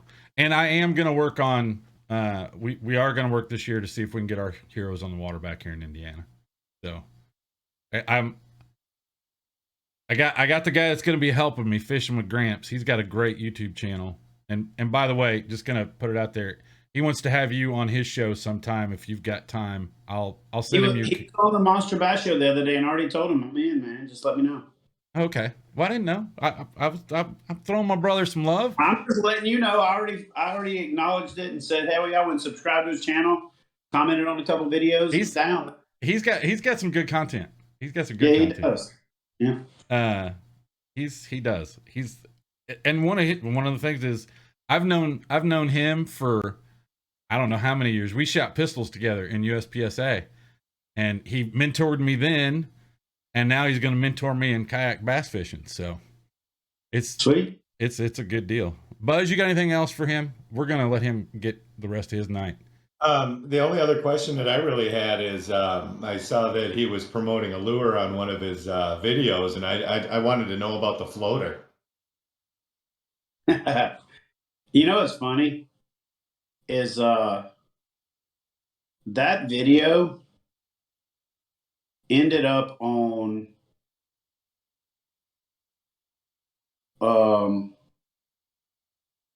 you know that show that's on like TLC or something where they do World's Dumbest Criminals or World's Dumbest whatever? Yes. It was like before Ridiculousness. It was the only show where they like had comedians doing commentary on videos that were out there.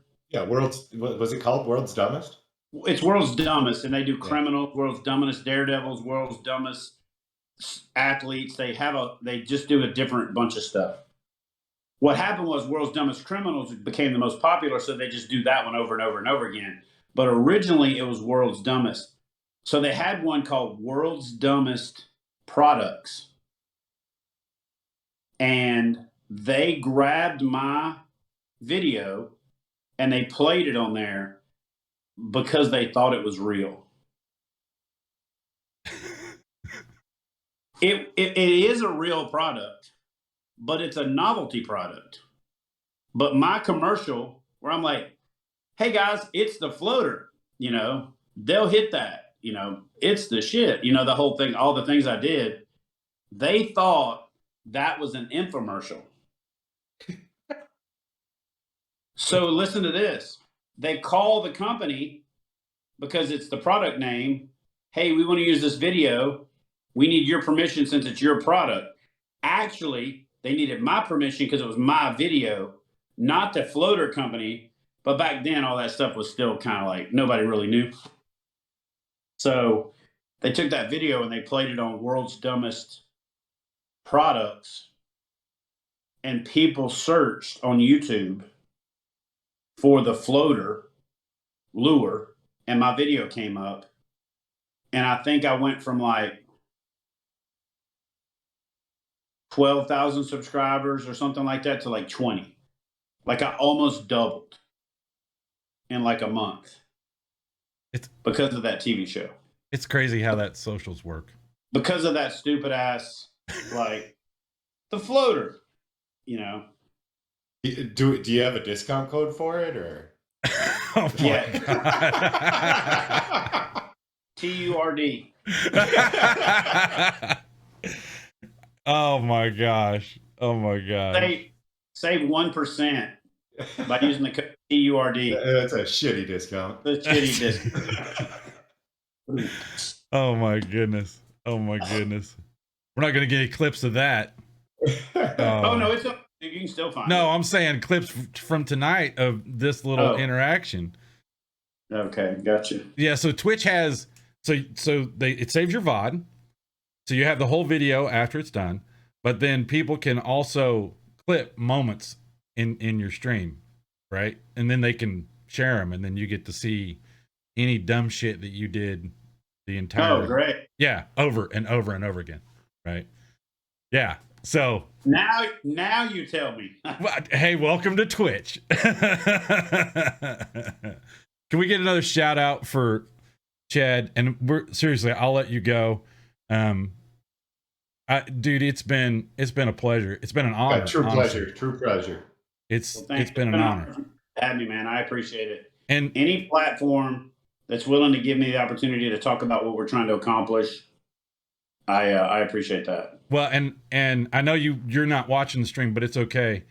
I've got a little banner that rolls across, and I went ahead and ganked your Catch22 from your website to be able to throw up there. I've got a command in my chat that it automatically links to the website to go to Catch22, and all my streams from now on are going to have that command for Catch22. So I appreciate it, man. No, and JT's joining it, Gramps is joining it, Heli Angler's already in it, and he's made a mission of his own that he is not going to. He's another vet. He is not going to post any fish in it that's under 14. Did you say, Heli? 12 or 14 inches. Like, so he's set a bar for himself, and the fish he's posting now, he's catching all on the Fort Bragg ponds because he's still a mechanic there and can get on Bragg. It's just crap. So listen to this. I'm putting this out May 1st for Mayhem. And a lot of people are going to be like, oh, man, I wish you would have done it during the spawn. But that's the whole point. I'm putting up the 484 challenge. If you can catch 484 inches, which means every fish has got to be over 22 inches. So it's 22 fish over 22 inches. The 484, you're going to fish 4 years for free in any KBF event that you can fish. Holy Challenge crap. Pro Series. It's about a 15K value. Oh, I bet. If you can win that, if you can do that. I bet. That'd be a true challenge in Minnesota.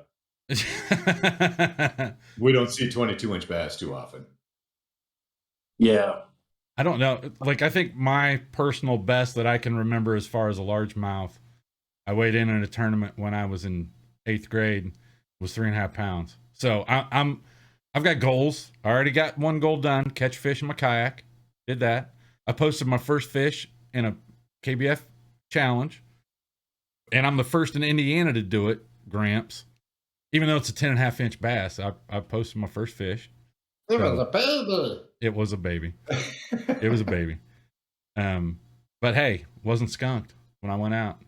And it was caught live on Twitch. So let me just ask you this real quick, because I'm going to a place tomorrow with a legitimate shot at a double digit. Even if I don't legitimately catch a double digit, like my buddy did today. We went there, express intent, catch a 10-pound bass. We caught a 10-pound bass. Okay, he did. But if I was going to pull one out of my butt and try to stream tomorrow, it's got signal there. Like, I know I'll catch fish. It's not a matter of whether or not I'll catch a 10. But, like, how badass would it be if I actually caught a 10 live? It'd be badass. And if you went live tomorrow and I'm not on the water because I can't get out because the weather's going to be terrible, I'll be there. And I'll get the clip for it. Now, I'll tell you this. Here's the struggle with IRL fishing, as I'm sure you know, but it's different when you're filming. Signal, signal, signal. Right? If your stream taters out, which means you lose bit rate and signal and it's unwatchable, people aren't going to watch no matter what you're doing. Just because it's crap. But if you stream from your phone, and I know you got iPhone, you're going to struggle and you're going to want to get, and you don't have to get a plan for it. I got my daughter's old Android. You get an Android phone, you get IRL chat, and hook it to your freaking Twitch account, okay? And it will read your chat to you in your ear so you can be hands-free and not have to read chat. You know how we were talking after you called me while I was live and putting the iPad, right? If you do the TTS, because a bunch of people have got TTS now, text to speech from an Android. iOS doesn't have one. Best way to go. Now, if you don't have that right now, if you got two phones, one you stream from and then one you can watch chat on. Because if you don't, with Twitch is funny. If you don't interact with chat and actually talk to them, you know, they think you're ignoring them, which basically you are if you're not. Like, I've pretty much ignored chat tonight. I've read some of the questions, but I haven't responded. Well, we're getting raided. Now I'm getting raided. 81 people just came in from another fishing stream. Fish Stalker just raided us with 81 people. So, we're on express elevator to hell, going down. Thanks for the raid, Fish. Well, I can't make any promises, but I got to get a bunch of crap together, get some batteries on charge, finish the download of the footage and all that. But I'll see if I can figure out how to go do my first stream from the water tomorrow. And I'm calling it. I will catch fish. It's not a matter of not like, and it'll be good fish. I'm not going to catch I'm not going to guarantee a 10, but there'll be some good fish caught, like a lot. That's good. So let me see if I can figure it out. I won't be able to do all that other stuff, but I might be able to turn it on and just say, here I am. Guys, I'm not interacting in the chat today, but let's see if we can catch a fish on Twitch, you know, and then go. And then I'll apologize for not. No, that's good. Well, here's the deal. Here's the other thing, though. If you've got anybody that's in chat, even though you can't read it, that can help. I'm getting follows out the ass right now. Thanks for all the follows. It's just, you get somebody in chat that can help keep you track. Thanks for the follow. Gramps, StreamYards will not work with Twitch, or we would have used it. So. All right. Listen, let me get a couple things done. Finish your stream. Text me when you're done. I might call you back tonight for like a 5-minute call about a couple things. You're good, bro. I'm gonna pass the love over to somebody else. Just hang out real quick. Mrs., we got somebody we can go to. I know that Fish just raided us, but we got anybody else fishing? I gotta get off here and make 2 quick calls. I gotta get that other card cleaned up. It'll take me about 30 minutes to get where I can talk again. You're good. So just shoot me next and I'll call you back. All right, man. That's good. Cool. Thank you. See you. Appreciate it. No, thanks, Chad. Everybody, that's Chad Hoover. He's still here.